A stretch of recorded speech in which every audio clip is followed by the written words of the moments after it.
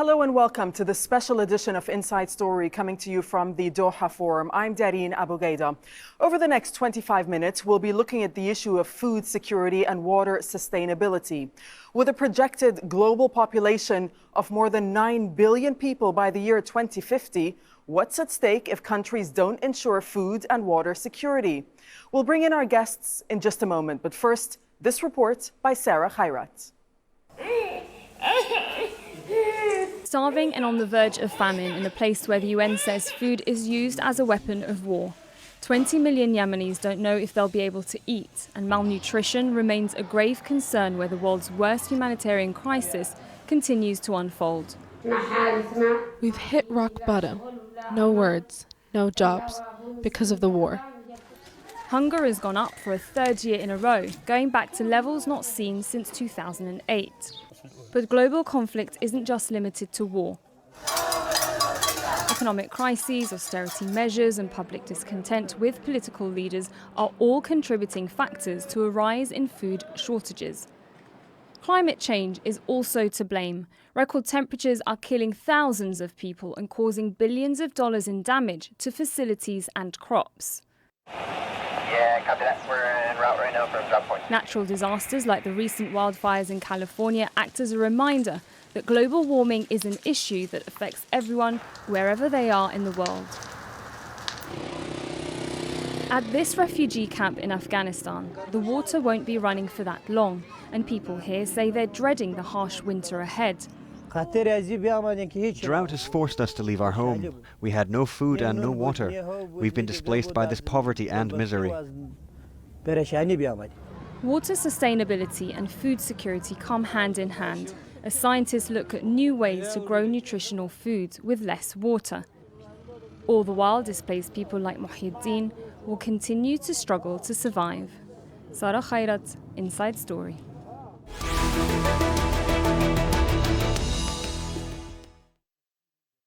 Let me introduce our speakers. Without further ado, to my left, Ambassador Badr Al-Dafa. He's the Executive Director of the Global Dryland Alliance, whose mission is to work with partners to identify and implement solutions for agricultural, water, and energy challenges of dry land countries in particular. We have next Mr. Djimé Adoum. He's the Executive Secretary of the Permanent Interstates Committee for Drought Control in the Sahel, and the organization's mandate is to invest in research for food security and the fight against the effects of drought and desertification for a new ecological balance in the Sahel region. We have Minister Pablo Campana. Welcome to you as well. He's Ecuador's Minister of Foreign Trade and Investments. And Mr. Miguel Moratinos, he's the future UN High Representative for the Alliance of Civilizations. That is a political initiative established to explore the roots of polarization between societies and cultures today. Welcome to you all. Lots to talk about. Let's get started right away. Ambassador Badr Al-Dafa, before we get into the correlation between water sustainability and food security, or insecurity that is, give us some context. How would you describe the state of food security today globally? Today, there are 820 million people are suffer from hunger. 1 out of 9 are hungry. Over 22% of people threatened by hunger lives in sub-Saharan Africa. I'm sure you have been watching the news. Last year, over 5,000 migrants have lost their lives at sea while looking for a better living condition. What is coming up is really worse because the world population by 2030 is going to be around 9 billion.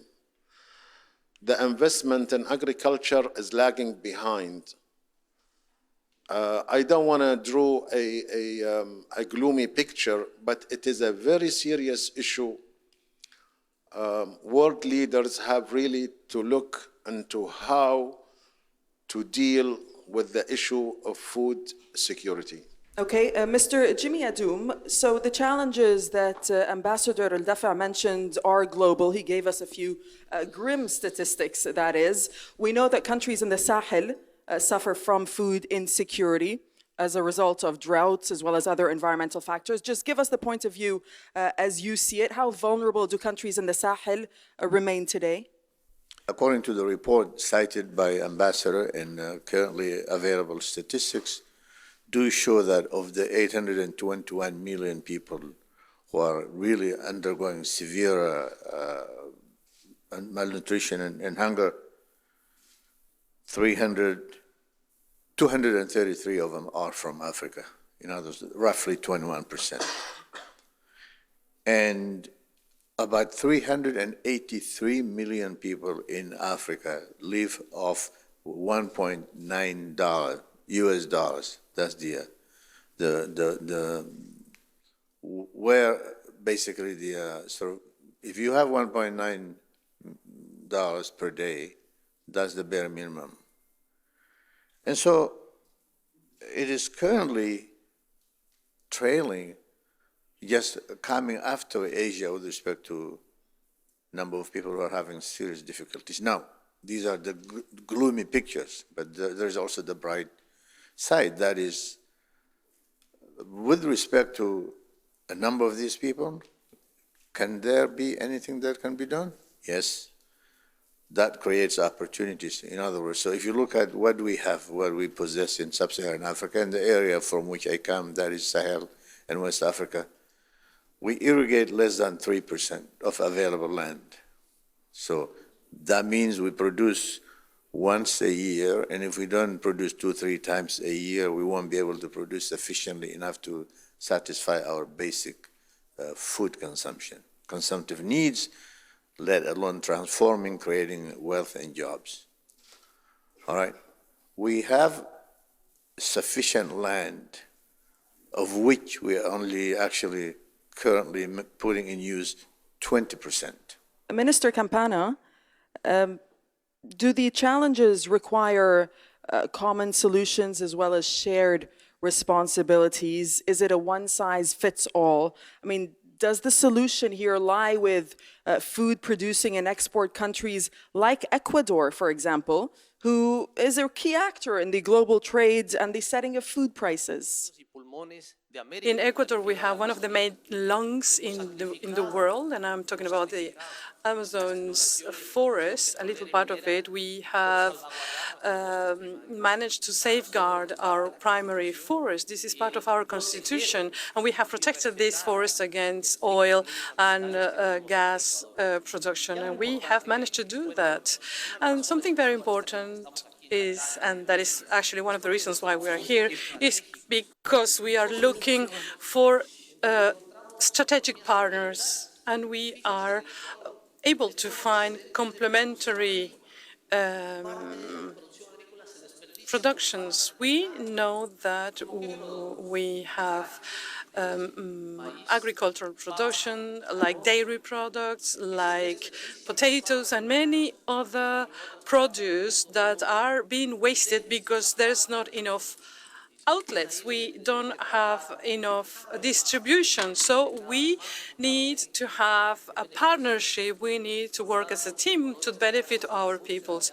Therefore, Ecuador is looking for strategic partners in order to be able to share experiences and export its produce, all sort of products, and fight against this malnutrition that affects worldwide population. Mr. Moratinos, what we now see, especially with the migration to Europe of refugees and migrants, that there is a direct link between poverty and food insecurity. It's really a driving force behind some of the migration that we see.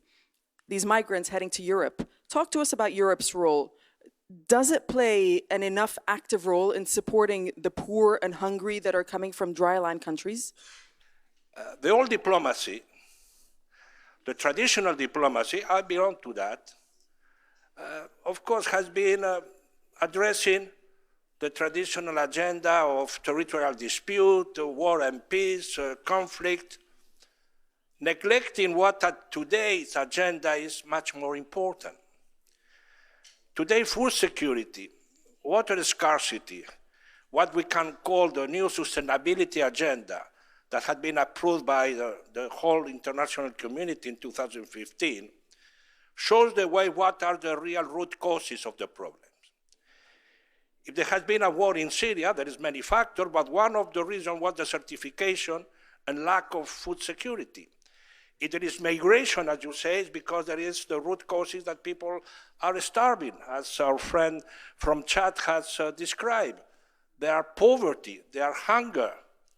So the new transitional phase that the UN is taking shape now, the new way to address the international agenda today should conduct us to put food security and these 17 goals of the SDG at the top priority of international relationship. So to discuss today here in Doha how we should address this issue is absolutely essential. So just to go to the subject and answering your question about migration. What can we be happy? What is going on? Can we accept that every year our friends in Rome, in FAO, read a paper, very serious, looking to the journalists? Well, we have to acknowledge that during the last 6 years, every year we have to announce, unfortunately, that there are more people suffering hunger. Can we accept that? It's a total failure of FAO, a total failure of international systems that are addressing the food security. And politicians, I will say the decision-making leaders that have to address this issue at the national level, regional level, at international level, have to wake up and say enough is enough. Ambassador Dafa, there's a lot of talk here about international cooperation that's needed, and your organization, the Global Dryland Alliance, aims to establish a network among countries who are suffering from the same challenges. But let me move this discussion along to focus now on water sustainability and water scarcity. So in your opinion, how key is policy development when it comes to water scarcity? Is there the political will on the behalf of governments to tackle this issue from what you've seen? I think Europe also could play an important role rather than let these migrants cross the Mediterranean to go to Europe. It will be cheaper for Europe to invest in these countries, because once these immigrants are integrated in system in Spain or France or in Germany, the investment is high. Maybe it could cost less than 20% if they will support these individuals, create a job for them in their own country and let them rely on themselves rather than feed them fish, teach them how to fish. I think that is really an important element, although it has started a bit by some European country, but we really need to see this at a larger scale. Now, when it comes to water, all civilizations were flourished because they have plenty of water, especially those that are along rivers. The source of water in dryland country really comes from rain. But with the climate change, desertification, these countries have to find, I think, as also Minister Djimé have said in sub-Saharan and Sahel countries, main issue is water. Water is really life for any community. The better off countries, they are able, for example, when we talk about Gulf countries, 98% of our water comes from the sea, from the desalination process. And technology today also plays a very important role in improving the the quality of water. But also there are countries that, I mean, I will take the example of Singapore and the state of California, Orange County in state of California, where they transfer what they call the gray water into drinking water. That could only happen with technology, but technology at a high price that is not affordable to less developed countries. Unless the international community really take this issue seriously, we are going to see some problems. Even it would lead to wars over water if some countries do not have the access to fresh water in the future. Which is something that I think we are beginning to see now. There are water wars between India and Pakistan, for example. We know it's being fought over in the Middle East. Mr. Djimé, Adoum, so Ambassador Dafa was giving us the statistics from the Gulf region. The UN is saying that the world water supply will fall short by at least 40%. That's by the year 2030. That is a very grim statistic. What's at stake for countries in the Sahel region? Well, you know, if we green the space, we'll increase the likelihood of creating more water. We're going to pump some water. We're going to green it up, and then this ground that will be covered will generate some moisture. But let me put a plug in with respect to water and in our neck of the wood. You know, there are water harvesting technologies, there are drought-resistant crops, there are all kinds of technologies readily available right now. And we also have the know-how. We in CILSS area, the ECOWAS and the UMA and the likes, in the 17 countries in that region, we do have the science and we do have the knowledge. We brought degraded land into productive areas and what have you, and we know how to do that. What is left is investment, and we also do know what to do with respect to water. So we need investments to be able to bring, as I said earlier, we only irrigate less than 3% of available land.